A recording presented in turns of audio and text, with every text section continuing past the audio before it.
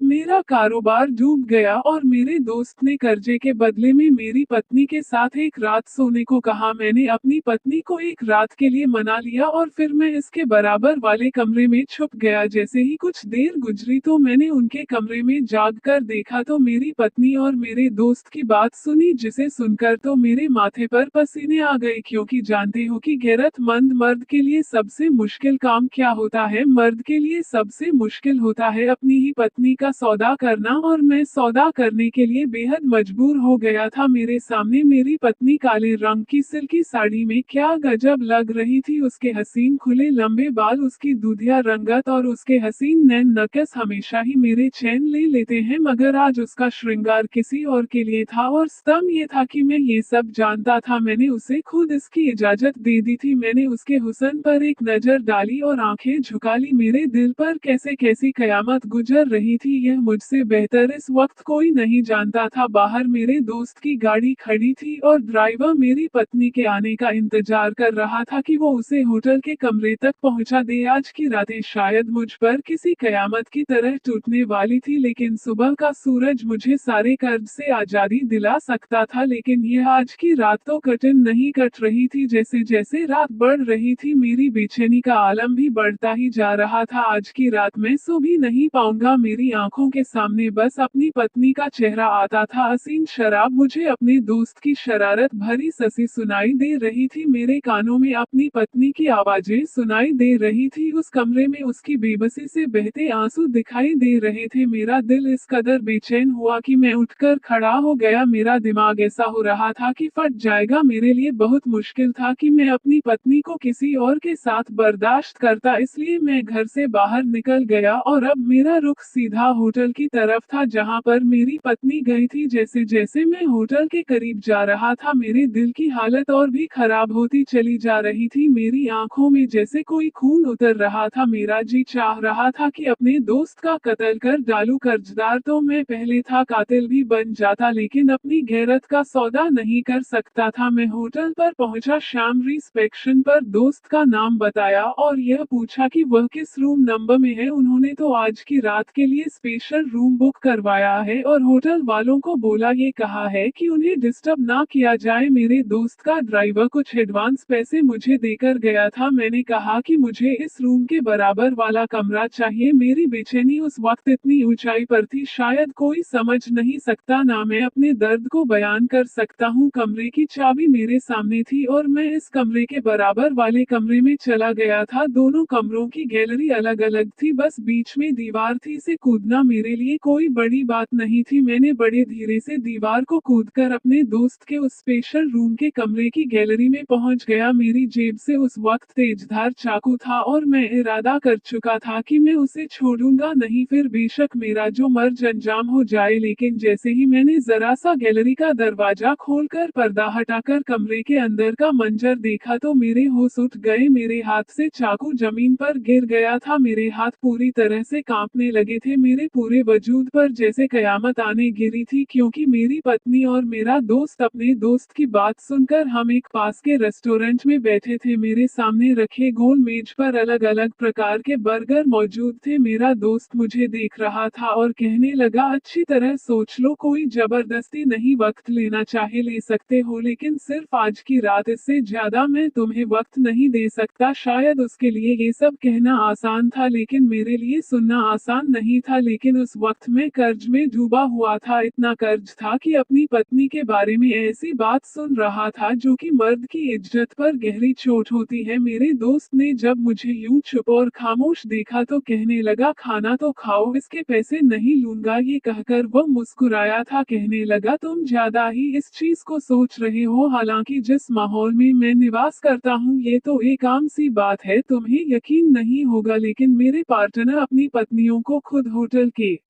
कमरे में भेजते हैं। करोड़ों रुपयों का कॉन्ट्रैक्ट पेपर एक रात में साइन हो जाता है। तुम भी मालामाल हो जाओगे। मैं नीचे नजर झुकाए कैसे उसकी बकवास सुन रहा था। यह मैं ही जानता था बेबसी और गुर्बत भी इंसान को ना जाने कैसे कैसे समाज के रंग दिखा देती हैं। सामने बैठा मेरा दोस्त बड़े मजे से प्रगर खा रहा था, लेकिन मैं यूं था कि जैसे ये जान हलक में लिए बैठा हूँ। मुझे याद आने लगा कि मैं बड़े घमंड से कभी यह भी कहता था कि जिस मर्द में गैरत नहीं उसे मर्द कहलाने का हक ही नहीं है। और आज मैं जो कुछ अपनी पत्नी के लिए सुन रहा था मेरे लिए मौत के बराबर था। आपने ऐसी बहुत सी औरतें देखी होंगी जो अपनी मजबूरी की वजह से खुद को दूसरों के सामने भेज देती हैं, लेकिन शायद मैं पहला मर्द था जो अपनी मजबूर की खातिर अपनी पत्नी को एक रात के लिए बेचने का सौदा कर रहा था। मेरी जो पत्नी ईश्वर की भक्ति में लीन रहती थी, आज तक मेरे अलावा उसे किसी ने छुआ तक नहीं था। छूना तो दूर की बात है, उसे किसी ने देखा तक नहीं था। मुझे याद आने लगा जब शादी पर जाना होता था, रितिका जब दुपट्टे से घूंघट निकालती थी तो मैं उसे कहता था कि तुम भी क्या हर वक्त खुद को लपेट कर रखती हो। शादी पर सब औरतें तैयार होकर आएंगी, मेकअप से ही वो खूबसूरत लगती हैं। तुम तो वैसे ही बेद हसीन हो। मेरा भी जी चाहता है कि तुम भी तैयार होकर जाओ ताकि सब औरतें तुम्हें देखते रह जाएं और कहें हैं कि राजेश की पत्नी कितनी खूबसूरत है। मेरी बात सुनकर वह कहती, मेरा हुस्न तो सिर्फ आपके लिए खास है राजेश, मैं इसे लोगों को दिखाकर आम क्यों करूं। मेरा तो जी चाहता है मुझे आपके अलावा कोई ना देखे। रितिका की बात जैसे अब भी मेरे कानों में गूंज रही थी। मेरी आंखों से दर्द से आंसू निकल रहे थे। मैं अपनी ऐसी पवित्र पत्नी का सौदा करने जा रहा था। नहीं नहीं, मुझे ये सब स्वीकार नहीं। मेरे दिल की आवाज जुबान पर आई थी। मेरे दोस्त का बर्गर जो मुंह के करीब था हाथ में ही रह गया। एक पल के लिए मुझे गुस्से की नजरों से देखने लगा, फिर कहने लगा, ठीक है कोई मसला नहीं, निकालो मेरे रुपए लाख रुपए। अपने दोस्त की बात सुनकर मेरी आंखों में जमा सीधा पानी मेरे गालों पर गिर गया था। हालांकि मैं कोई कमजोर मर्द हरगिज नहीं था, बहुत मजबूत दिल का मालिक था, लेकिन अब टूट चुका था। मैंने फिर अपने दोस्त से कहा कि मुझे थोड़ा वक्त दो, इतनी बड़ी रकम का इंतजाम एक रात में नहीं कर सकता। वह कहने लगा कि मैं तुम्हें और वक्त नहीं दे सकता, मेरे पास आज की रात है, या तो तुम मेरी बात मान लो या फिर पैसे का इंतजाम कर दो। मैं वहां से उठकर बाहर निकल आया। हालांकि मौसम सर्द था, हवाएं भी ठंडी चल रही थी, लेकिन मुझे घुटन का एहसास इस कदर से हो रहा था कि सांस लेना भी भारी लग रहा था। मैं जाने कैसे अपने घर पहुंचा। रात का 1 बज गया था। मैंने दरवाजे की बेल दी तो फौरन से रितिका की आवाज आई। मैंने कहा, मैं हूँ, दरवाजा खोलो। उसने फौरन से दरवाजा खोल मुझे अंदर मुझे देखकर कहने लगी, आप कहाँ रह गए थे, कब से आपका इंतजार कर रही हूँ। मैं क्या जवाब देता कि मैं कहाँ से आ रहा हूँ। मैंने कोई जवाब नहीं दिया और खामोशी से मरे मरे कदमों से अपने कमरे में जाने लगा तो रितिका मेरे पास आ गई। कहने लगी, राजेश आपने जवाब नहीं दिया। मैंने कहा कि मेरे सिर में दर्द है। वह कहने लगी कि राजेश मैं आपके लिए खाना गर्म करती हूँ। मैंने नहीं सिर हिला दिया। मैंने कहा कि मैं खाना खाकर आया। बेशक वहाँ खाने के लिए सब कुछ था, लेकिन मेरी भूख तो दोस्त की बात सुनकर ही मिट चुकी थी। रितिका मेरे पास आ गई, मेरा चेहरा देखने लगी। क्यों झूठ बोल रहे हो राजेश, मुझे पता है आपने कुछ नहीं खाया है और मैं भी आपका इंतजार कर रही थी, दोनों मिलकर खाना खाते हैं। रितिका की यही बात तो थी कि वह मेरी आंखों में जागकर मेरे दिल की हालातों को बता देती थी। शायद पति पत्नी का रिश्ता ही कुछ ऐसा होता है कि शब्दों की जरूरत नहीं पड़ती। पर वह खाना गर्म करके ले आई। खाना क्या था, बस खाने के नाम पर सिर्फ हरी मिर्च और प्याज की चटनी थी और सूखी रोटियां। मैंने एक नजर खाने पर डाली और दूसरी अपनी वफादार पत्नी पर, जिसने हर तंगी में मेरा साथ बड़े सब्र से और खामोशी से गुजार रही थी। कभी मुझे ये सिखवा नहीं किया था कि तुमने मेरे लिए क्या किया है। मैं रितिका का चेहरा देख रहा था, उसका वह सन जो सिर्फ मुझ तक सीमित था आज भी मेरे लिए गर्व के लायक था। जब रितिका ने मुझे खामोश बैठे देखा तो निवाला बनाकर मेरे मुंह के पास ले गई। कहने लगी, खाना खाओ और सारी फिक्र भूल जाए। मैंने उसके हाथ से निवाला खाया, फिर मुझे पूछने लगी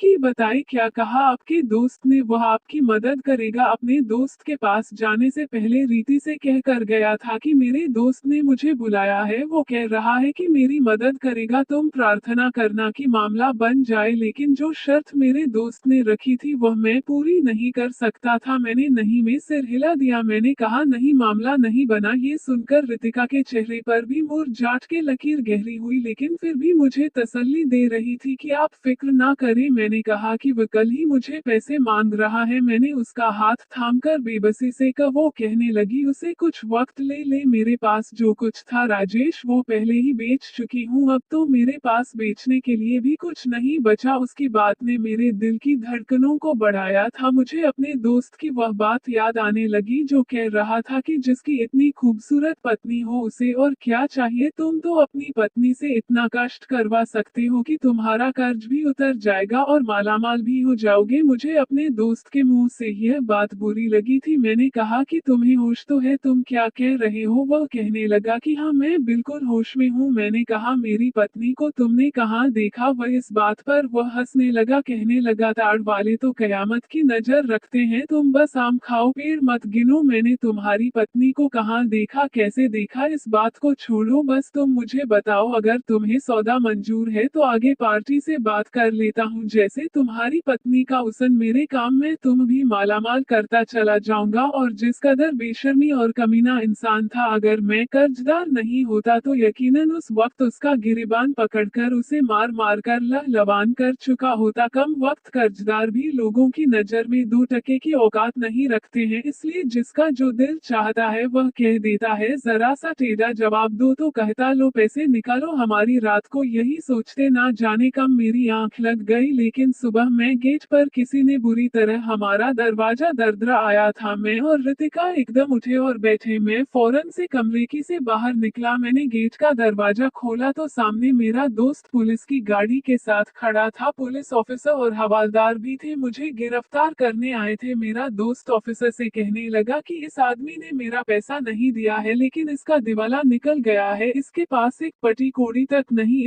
इसको क्या मोहलत दूं, इसलिए इसे गिरफ्तार करके जेल में बंद कर दो। इससे पहले कि ऑफिसर मुझे हथकड़ी पहना था, रितिका शायद गेट की ओर से मुझे देख रही थी। कहने लगी भगवान के लिए मेरे पति को मत पकड़ कर ले जाइए, ये बेईमान नहीं है, बस हमें थोड़ी सी मोहलत दे दो, हम आपकी पाई चुका देंगे। ये सुनकर मेरा दोस्त मुस्कुराने लगा, कहने लगा मैंने तो इसको बहुत आसानी दी थी, लेकिन आपके पति को वो मंजूर नहीं है। फिर कहने लगा कि यह तो पैसे से चुकाने का बिल्कुल भी काबिल नहीं रहा, इसके पास कुछ नहीं है कि मैं इसे वक्त दूं। आप अपनी बात करें, क्या आप मेरा कर्ज उतारेंगे। रितिका कहने लगी कि मैं लोगों के कपड़े सिलाई करती हूँ, मैं हर महीने आपको जितनी भी रकम हो सकेगी दूंगी। यह बात सुनकर मेरे दोस्त ने अपना माथा चढ़ाया और कहने लगा रुपए लाख देने हैं, 700 नहीं। फिर इंस्पेक्टर से कहने लगा कि भाई इसे जेल में बंद कर दो। ये सुनते ही मेरी पत्नी दुपट्टे से अपना चेहरा छुपाई बाहर आ गई। मेरे दोस्त के सामने प्रार्थना करने लगी कि भगवान के लिए मेरे पति देव को गिरफ्तार मत करो। मेरे दोस्त कहने लगा कि ठीक है, अगर आपका पति मेरी शर्त मान ले तो मैं इसे छोड़ दूंगा। रितिका मुझे कहने लगी कि आप क्यों नहीं इसकी शर्त मान लेते। मैंने कहा कि मैं वो शर्त नहीं मान सकता, तुम्हें कुछ मालूम नहीं है। रितिका तुम अंदर जाओ, मैंने सख्त अंज में कहा था, लेकिन रितिका से शायद मेरी गिरफ्तारी बर्दाश्त नहीं हो रही थी। मेरे दोस्त से कहने लगी चौधरी साहब मैं राजेश को मना लूंगी, मैं आपकी हर इच्छा को पूरी कर दूंगी, भगवान के लिए इन्हें पुलिस स्टेशन में मत लेकर जाओ। मेरे दोस्त ने पुलिस वाले को इशारा किया तो वह वापस अपनी जीप में बैठकर चला गया। मेरा दोस्त कहने लगा कि अंदर चलकर बात कर लेते हैं। ये कहकर वह मेरे घर के अंदर दाखिल हो गया, उसके पीछे मैं और रितिका भी घर में दाखिल हो गए। लेकिन इस बार मेरा दोस्त मेरे बिना ही रितिका से बोला था, कहने लगा कि मैंने तो पहले राज से कहा था कि बीच का जो है उसे तुम मान लो, जो वो तुम्हारे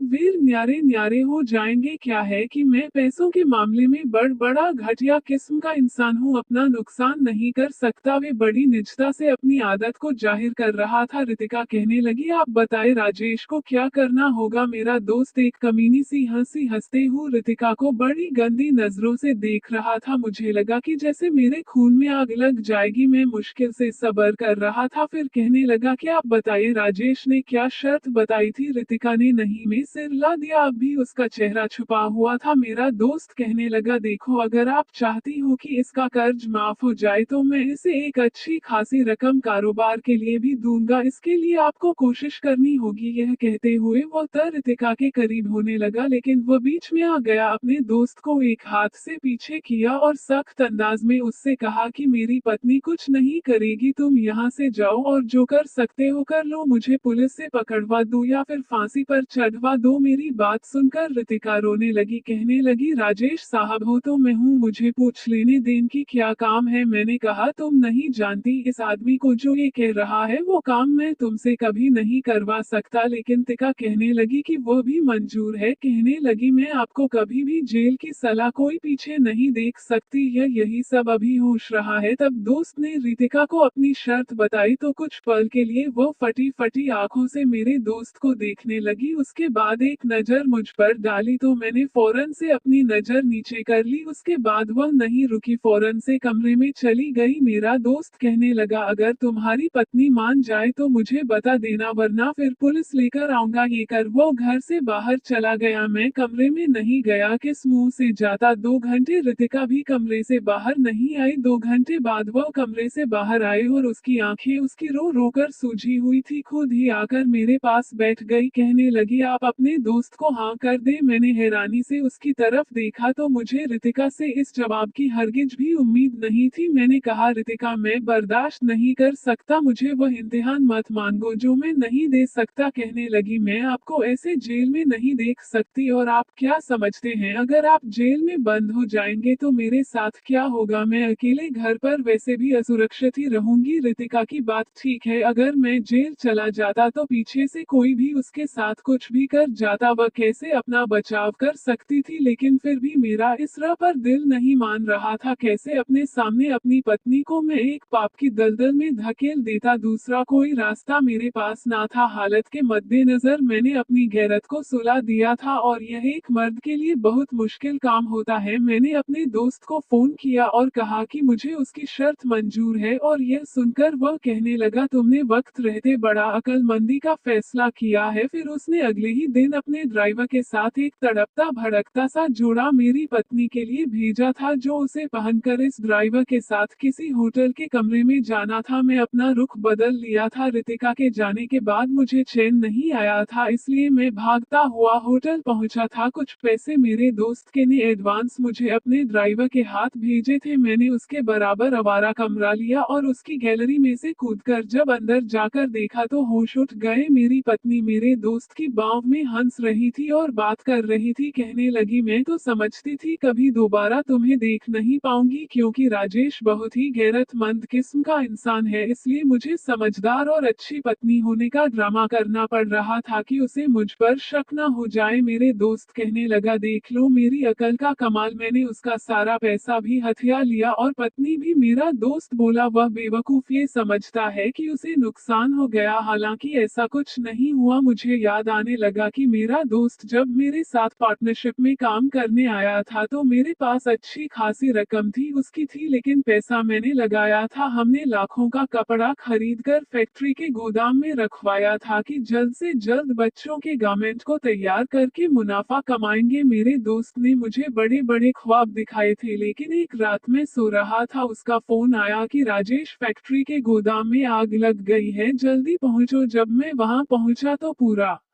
गोदाम मां के लपेटे में था। फायर ब्रिगेड आग बुझा रही थी। मेरा दोस्त रोते हुए मेरे पास आया और कहने लगा कि सारा माल जलकर राख का ढेर बन गया है, तुम्हारा तो दिवाला ही निकल गया है, सारा माल तुम्हारे पैसों का था, तुम तो सड़क पर आ गए हो। उस वक्त मेरी हालत थी कि मैं बेहोश होकर गिर गया था। मेरा दोस्त मुझे हॉस्पिटल ले गया, मुझसे वह सदमा बर्दाश्त नहीं हुआ। जब मुझे होश आया, मेरी तबीयत संभाली तो रथ का मेरे पास बैठी हुई थी, कहने लगी आपके हॉस्पिटल का बिल मैंने अपने जेवर बेच कर दिया है, आप अब बिल्कुल ठीक हो जाएंगे। मैं अभी कुछ समय पहले ही घर आया था कि मेरा दोस्त मेरे घर मुझे मिलने आ गया। कहने लगा जो माल जला है उसमें तुम्हारे माल के अलावा हमने उधार भी उठाया था ताकि पार्टी का ऑर्डर पूरा कर सके, और वो माल भी जल चुका है और अब वो आदमी पैसों का तकाजा कर रहा है। मैंने कहा मैं कहां से इतनी बड़ी रकम लेकर आऊं। वह कहने लगा ये तो तुम्हें सोचना चाहिए, क्योंकि नुकसान तुम्हारा है, मेरा नहीं। दोस्तों और मेरी पत्नी मुझे मिलकर धोखा दे रही थी, क्योंकि अब वह कबूल कर रहा था कि गोदाम में आग लगने से पहले वह माल निकल चुका था, जो जला था बेकार और खराब माल था। ये सब उसने मुझे फंसाने के लिए किया था ताकि मेरे सामने मेरी पत्नी के साथ रंगलियां मना सके। उस वक्त मेरे पास मोबाइल मौजूद था, मैंने उसकी वीडियो बना ली और फिर वहां से सीधा पुलिस स्टेशन गया और उन दोनों को पुलिस पकड़ कर ले गई। कैसी लगी आपको स्टोरी कमेंट करके जरूर जरूर बताएं। अच्छी लगी हो लाइक कर सब्सक्राइब करते दो।